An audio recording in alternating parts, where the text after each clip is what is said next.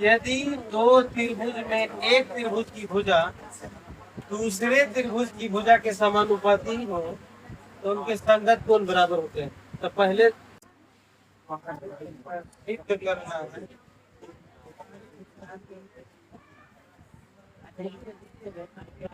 सिद्ध करना है। सिद्ध क्या कर पी क्यू आर में ए बी भुजा के बराबर पी क्यू भुजा पर एक डी पॉइंट लीजिए और इतना दूरी पर लीजिए पी से वो ए बी के बराबर हो। उसी प्रकार इधर भी पी आर भुजा पर एक ई पॉइंट लीजिए जो ए सी भुजा क्या हो बराबर हो। इस बात को यहाँ लिखना है।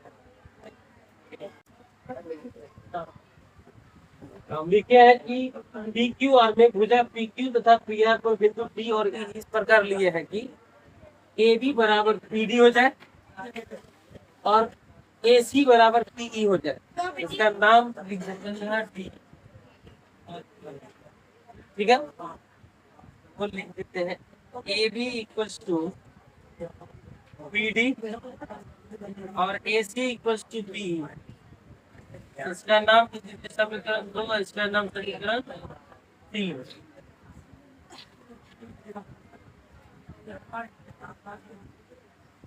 कितना समझ में आ गया हो, कोई दिक्कत ना नहीं आता। अब देखिए समीकरण एक, समीकरण एक में क्या करते हैं हम ए बी बटे पी क्यू और ए सी बटे पी आर को लिखते हैं। आप बी सी बटे क्यू आर भी लिख सकते हैं, इसका यूज आगे होगा। तो अभी फिलहाल हम ए बी बटे पी क्यू और ए सी बटे पी आर, ए बी बटे पी क्यू बराबर ए सी बटा पी आर है पी आर। अभी अभी रचना में हम क्या किया है कि ए बी जो है वो पी डी के बराबर। क्या हम ए बी की जगह पी डी नहीं लिख सकते हैं? ए बी की जगह पी डी और ए सी की जगह पी ई लिखेंगे क्योंकि ये रचना में क्या किया। तो पी डी बटा P Q equals to P E बटा पी आर। अब दोनों पक्षों को व्युत्क्रम कर देते हैं, उल्टा कर देते, दोनों पक्षों को व्युत्क्रम कर देते, दोनों पक्षों को व्युत्क्रम करने को, दोनों पक्षों को व्युत्क्रम कर देते।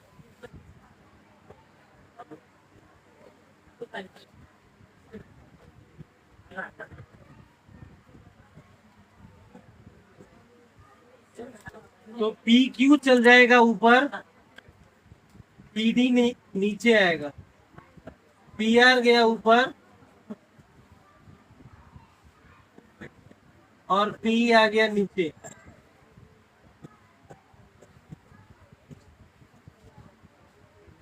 अब पी क्यू बटे पी डी और पी आर बटे पी में से एक एक घटा देते, एक एक घटा देते।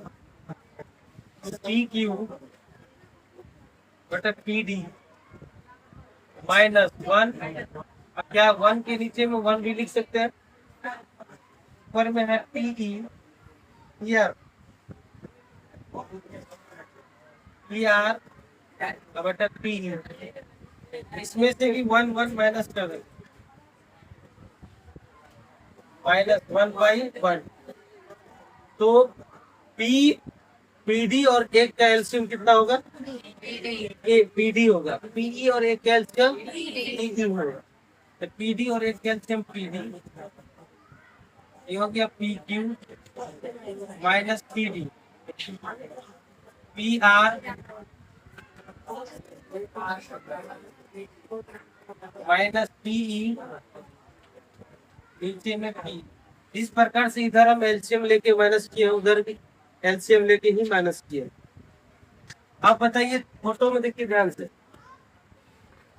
पी क्यू में से पी डी माइनस होगा, क्या बचेगा? D Q. तो पी क्यू में से पी डी माइनस हो रहा था, डी क्यू बटे पी डी। और पी आर में से पीई माइनस हो रहा है तो पी आर बचेगा, तो वही लिख रहा पी क्यू बटा P D equals to P R बटा पी डी। अभी हम इसको क्या किए थे कि उल्टा किए थे दोनों पक्षों को और फिर उल्टा कर दीजिए, मतलब सीधा कर दीजिए। पी डी बटा डी क्यू बराबर पी ई बटा पी आर। ये साइन भूलिएगा नहीं, इससे नंबर कट जाता है, ये साइन आपको देना ही पड़ेगा, याद दीजिएगा। हेंस प्रमेय के विलोम क्या कह रहा है कि अगर किसी त्रिभुज पी डी बटे डी क्यू पीई बटे ई आर हो, इसके विलोम कह रहा है कि डी जो है क्यू आर की क्या हो जाएंगे, समांतर हो जाएंगे। हेंस प्रमेय के विलोम से डी पैरेलल डी समांतर हो जाएगा क्यू आर, डी समांतर क्यू आर, डी समांतर क्यू आर। आप थोड़ा सा यहाँ ध्यान दीजिएगा, अगर दो लाइन ऐसे समांतर है, एक तिर्यक रेखा ऐसे है और एक तिर्यक रेखा ऐसे है, तो संगत कोण क्या हो जाएंगे, बराबर होगा। तो इसी प्रकार से यहाँ भी कोण बन रहा है, तो कोण डी जो है कोण क्यू के बराबर होगा और यहाँ कोण क्यू जो है कोण आर के बराबर होगा। ये संगत कोण के अनुसार। तो हम लिख सकते हैं कि angle D equals to angle Q और angle E equals to angle R. ये दोनों आपस में कोण क्या होंगे, बराबर होंगे। अगर ये कोण इस कोण के बराबर, ये कोण इस कोण के बराबर है, तो ए समरूपता से ये बड़ा वाला त्रिभुज या छोटा वाला त्रिभुज से समरूप नहीं होगा। ये बड़ा वाला त्रिभुज पी क्यू आर, छोटा वाला त्रिभुज पी डी ई के क्या होंगे, समरूप हो जाएंगे। तो लिख सकते हैं आप ए समरूपता से यदि किसी त्रिभुज के दो कोण आपस में बराबर हो तो वो दोनों त्रिभुज क्या होते हैं, समरूप हो। यहाँ तक समझने में दिक्कत नहीं ना, तो लिख लेते हैं त्रिभुज पी डी ई और पी क्यू आर दोनों आपस में क्या है, समरूप। वैसे जान लीजिएगा, हम जानते हैं कि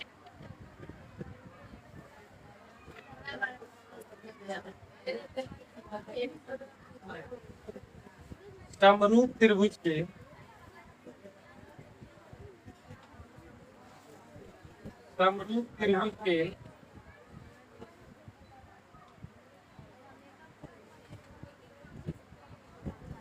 संगत भुजा एक ही अनुपात में होते हैं।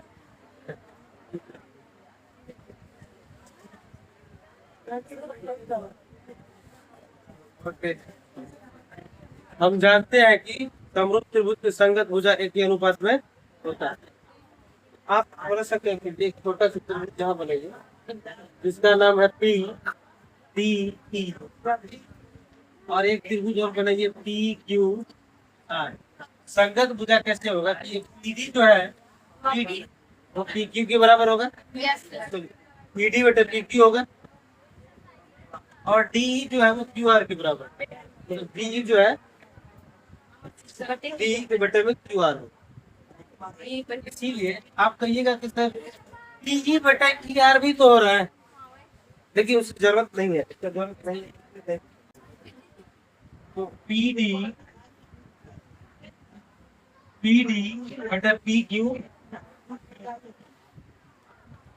बराबर पीई है, पीई बटे ई आर करने की जरूरत नहीं है, डी बटे क्यू आर, डी बटे क्यू आर, डी बटे क्यू आर। ध्यान से यही आप कंफ्यूज हो जाइएगा कि कैसे कैसे किया गया, यहाँ ठीक से समझ में आया। देखिए ध्यान, पीडी को हम क्या करते हैं, ए बी में बदलते हैं, क्योंकि यहाँ रचना में पीडी जो है वो ए बी के बराबर है। तो यहाँ लिखेंगे ए बी बटा पी क्यू, ए बी बटा पी क्यू बराबर डी ई बटा क्यू आर, क्यों का क्यों रहेगा। अब ऐसा क्यों किए हैं, यहाँ लिख दीजिएगा समीकरण 2 से, समीकरण 2 से, और इसे ऐसे करके लिख देना, पोस्ट में लिखना है, क्योंकि हम पीडी को जो ए बी लिखे हैं, ये क्यों लिखे हैं, तो समीकरण 2 के अनुसार जो रचना में किए। अब देखिए यहाँ ए बी बटे पी क्यू कह रहा है, ए बी बटे पी क्यू कि हम है बी सी बटे क्यू आर के बराबर, तो ए बी बटे पी क्यू की जगह पर बी सी बटे क्यू आर लिखते, तो बी सी बटे क्यू आर और डी ई बटा क्यू आर। अब ये जो है ए बी बटे पी क्यू को बी सी बटे क्यू आर जो लिखे हैं, ये क्यों लिखे हैं, तो समीकरण 1 से, समीकरण 1 से, और इसे भी ऐसे कॉस्ट में लिख लेना, ठीक है। अब देखिए क्यू आर दोनों कैंसिल हो जाएगा, नीचे में अगर समान हो तो डायरेक्ट कर सकते हैं, तो बचा क्या, बी सी बराबर डी ई, बी सी बराबर डी ई बचा ना जी। अब एक बात बताइए थोड़ा सा, यहाँ पी सी बराबर डी, यहाँ ए बी बराबर पी डी, ए सी बराबर पी,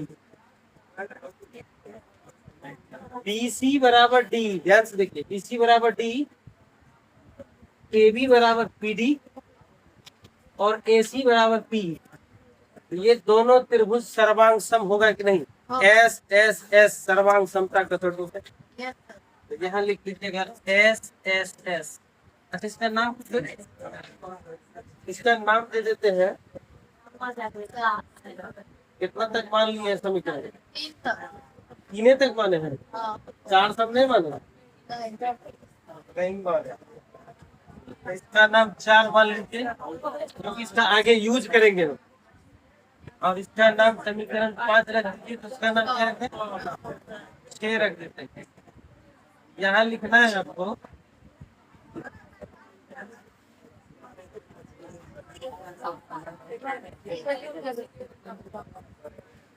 समीकरण, जगह है इसको ठीक से कर देते हैं, ठीक है।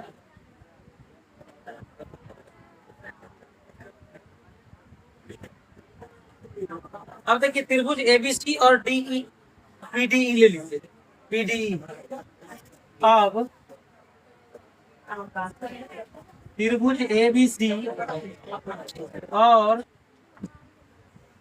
त्रिभुज पीडीई, पीडीई ध्यान से देखिए, ये दोनों त्रिभुज में क्या क्या समानता नजर आ रहा है। तब ये जो हम समीकरण का नाम दिए इसको देने की कोई जरूरत नहीं है, पूरा एकदम बढ़िया से लिखते हैं, ठीक है।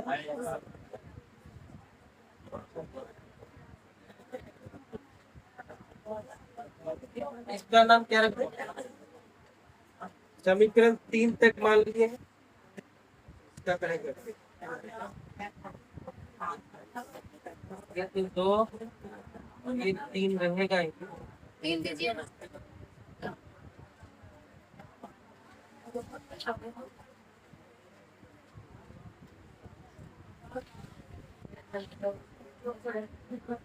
ए बी बराबर पी डी, ए सी बराबर पीई, ये रचना से क्या आप लिख सकते हैं कि समीकरण 2 एवं 3 से हम दोनों को बराबर लिखें। और अभी अभी हम सिद्ध क्या किए हैं कि बी सी डी ई के बराबर है, बी सी डी ई के बराबर, बी सी डी ई के बराबर है। ये दोनों तो रचना से है, रचना से, और ये हम अभी सिद्ध किए थे।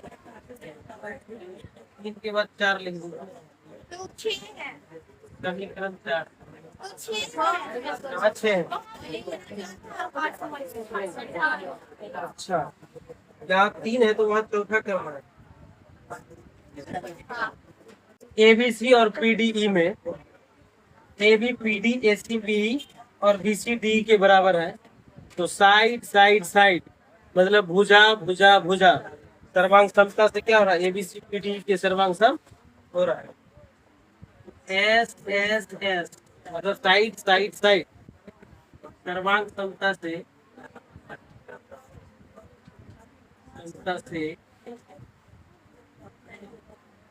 त्रिभुज ए बी सी सर्वांग सम है त्रिभुज पी क्यू पी डी के, पी डी ई के। थोड़ा सा पी डी ई और यहाँ फिक्स सर्वांग सम त्रिभुज के संगत कोण क्या होता है, बराबर होता है, और संगत भुजा भी बराबर है।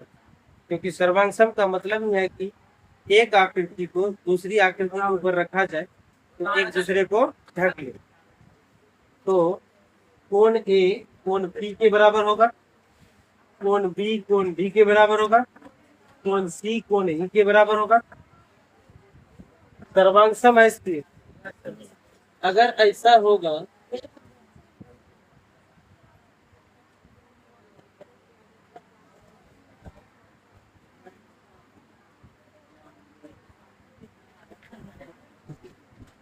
आप लिख सकते हैं, क्या लिख लीजिएगा, क्या लिख देगा, सर्वांग सम त्रिभुज के संगत कोण आपस में बराबर। इसीलिए एंगल ए बराबर एंगल पी होगा, एंगल ए बराबर एंगल बी देखिए 1 नंबर प्रूफ हो चुका है। और एंगल बी जो है एंगल डी के बराबर होगा, एंगल बी बराबर एंगल डी, एंगल बी बराबर एंगल बी। लेकिन ध्यान से देखिएगा जी किसके बराबर है, क्यू के बराबर। यहाँ डी कह रहा है कि हम क्यू के बराबर है, लेकिन यहाँ डी कह रहा है कि हम बी के बराबर है। इसका मतलब बी और क्यू भी बराबर होगा। यस तो एंगल बी बराबर एंगल क्यू लिखते हैं। ऐसा क्यों हुआ, तो समीकरण 4 से। ऐसा क्यों हुआ, तो समीकरण 4 से। समीकरण 4 से, समीकरण 4 से बी क्यू को बराबर किया है। अब देख लेंगे एंगल सी एंगल ई के बराबर होगा, क्योंकि दोनों सर्वांग सम है। तो लिखना है एंगल सी बराबर एंगल, लेकिन यहाँ ई कह रहा है कि हम आर के बराबर, ई कह रहा है कि हम आर के बराबर, लेकिन यहाँ क्या है सी के बराबर। इसका मतलब सी जो है वो किसके बराबर, आर के बराबर। Angle C equals to angle R ऐसा हम क्यों लिखे हैं, समीकरण समीकरण 5 से, क्योंकि 5 में ऐसा बताया गया है। इसीलिए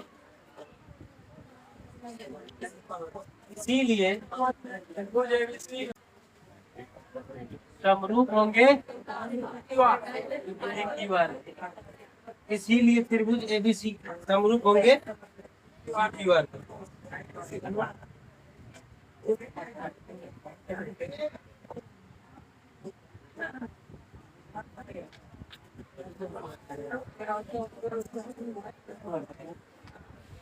जो साबित हो चुका है एक बार।